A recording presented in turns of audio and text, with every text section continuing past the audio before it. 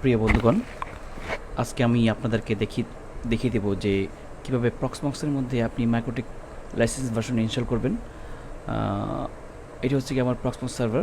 আমার প্রক্সমক্স server IP হচ্ছে গিয়ে 1080 100 100 200 ক্লোন 8006। এভাবে সাধারণত প্রক্সমক্স সার্ভারে ঢুকতে হয়। আমি যদি একটু আমার সার্ভারে ঢুকতে চাই, দেখেন এখানে আমার প্রক্সমক্স সার্ভার যা যা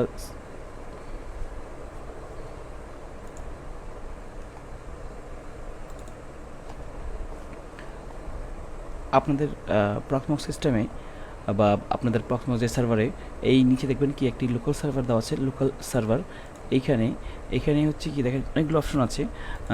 আইএসও ইমেজ, সিটি টেমপ্লেট আর ব্যাকআপ এখানে আমার কোনো নেই, মানে কোনো ব্যাকআপ ফাইল আমার রাখা হয়নি এখনও। আপনাদের জন্য আমি দেখে যাচ্ছি দেখিয়ে দিচ্ছি কীভাবে আপনি এখানে আপনার ফাইল রাখতে পারেন। আমি যেহেতু আমি Apple computer file explorer use করতে চাচ্ছি, এটা আমি আগে থেকে অন করে রেখেছি। দেখেন আমি যদি আমার প্রক্সমক্স সার্ভারে যাই, আমি যদি দেই আমি জাস্ট এখানে আমি দিলাম এসএফটিভি দিই। এসএফটিভি দিলে পরে দেখেন কি আসে। আমি জাস্ট নাম দিব ইয়ারস প্রক্সবক্স টিএস টেস্ট। আমি আমার হোস্ট অ্যাড্রেস দেব 80 200। আমি এখানে কোনো অপশন ক্লিক করব না, রুট, এবং আমি আমার যে পাসওয়ার্ড দিচ্ছি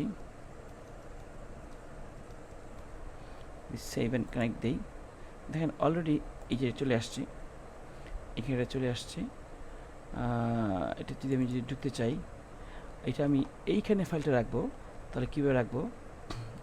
var লিভ ভিজেট ডাম্প, এইখানে আমি একটা ফাইল রাখবো, প্রক্সমক্সের ব্যাকআপ ফাইল রাখবো, যেটা আমার আগে থেকে করা ছিল। দেখেন এখান থেকে এই ফাইলটা টেনে আমি এখানে জাস্ট শুধু রেখে দেব।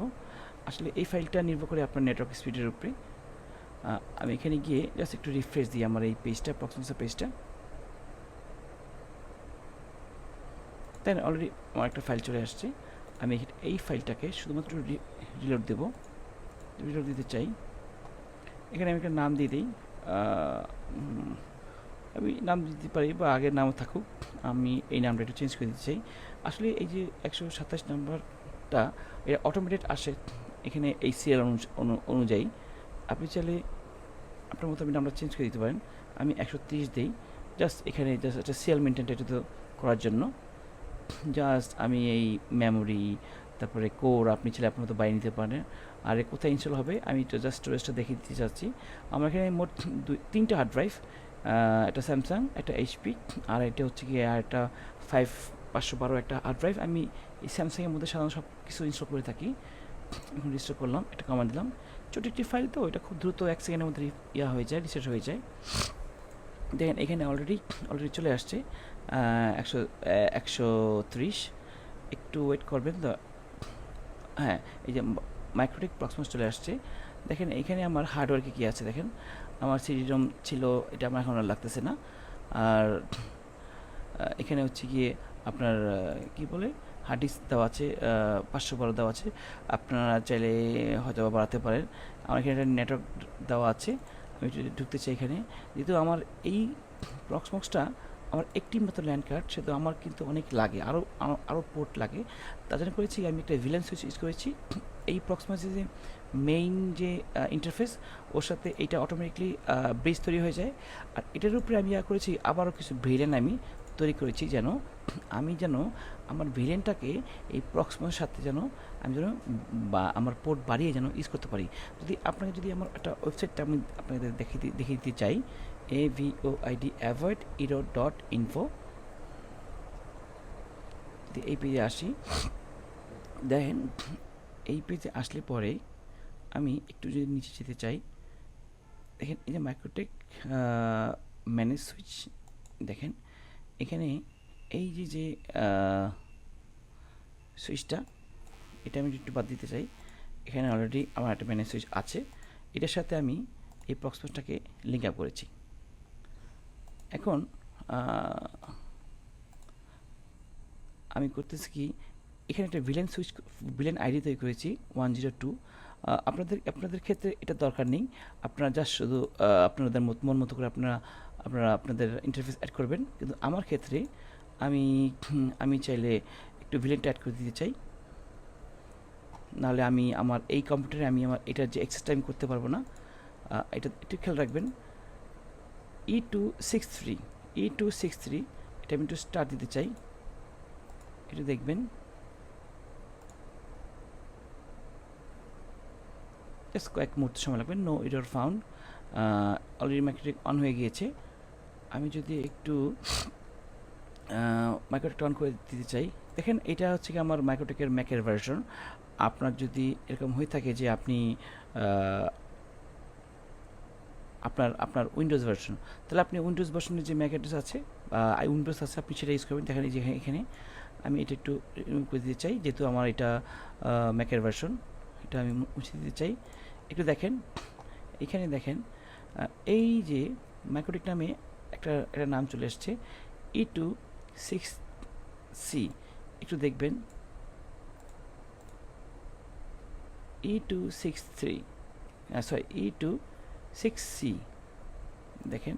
আমি যদি এটা যদি ম্যাকে ক্লিক করি, এখানে অ্যাডমিন ইউজার নেম পাসওয়ার্ড তো থাকবে না, লগ ইন করলাম, দেখেন অলরেডি আমার ইনবক্সের মধ্যে ঢুকে গিয়েছে। একটু আপনাদের আমি অন করে দেখাই সিস্টেমে কি আসলে ম্যাকের যে উইনবক্স আর উইন্ডোজের যে উইনবক্স, এটার মধ্যে কোনো পার্থক্য নেই, একই সমান। আপনার যেভাবে আপনার সুবিধা আপনি মনে করেন। সিস্টেমে গিয়ে লাইসেন্স দেখেন, একদম লাইসেন্স লেভেল 6।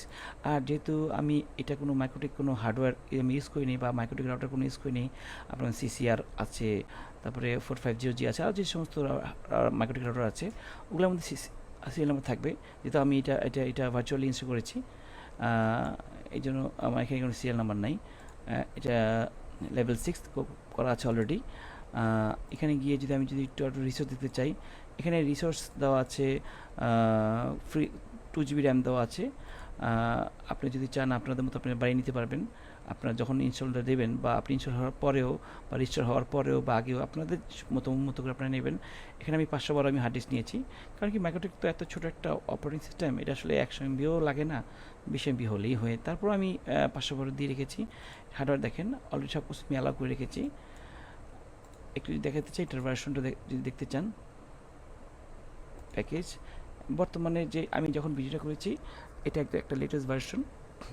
একটা জিনিস আপনাদের দেখাতে চাই, যদি আপনারা মনে করেন আমার এই সাইট থেকে আপনারা কেউ মাইক্রোটেক প্র্যাকটিস করতে চান আপনাদের ঘরে বসে বা বন্ধুবান্ধব বা বিভিন্ন ক্লাসে, কোচিং সেন্টার বা কোর্সে করতে চান, এখানে আমি একটা বানিয়ে রেখেছি মাইক্রোটেক ইউজার নেম হচ্ছে গিয়ে পাসওয়ার্ড এবং এই পাসওয়ার্ড যদি ক্লিক করেন দেখেন এখানে অলরেডি আপনার এখানে চলে আসবে। এখানে মাইক্রোটেক অ্যাডমিন দেওয়া আছে, অ্যাডমিন দিলে এখানে ডেমো দিলেও হয়।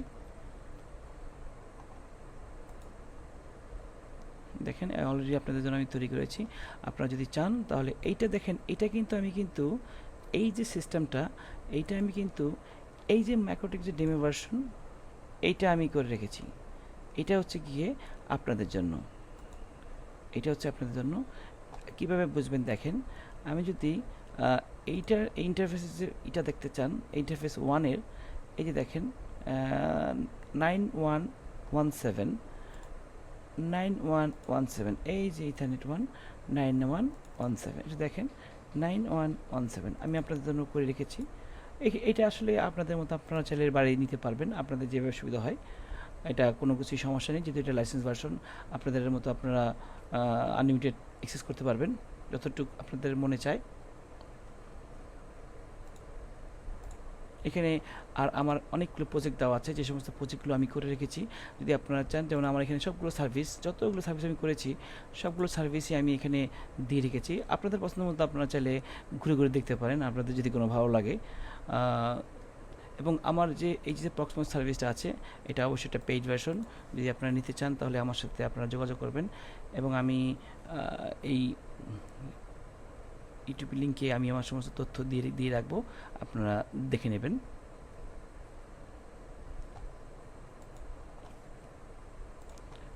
সবাইকে ধন্যবাদ আরেকটিবার।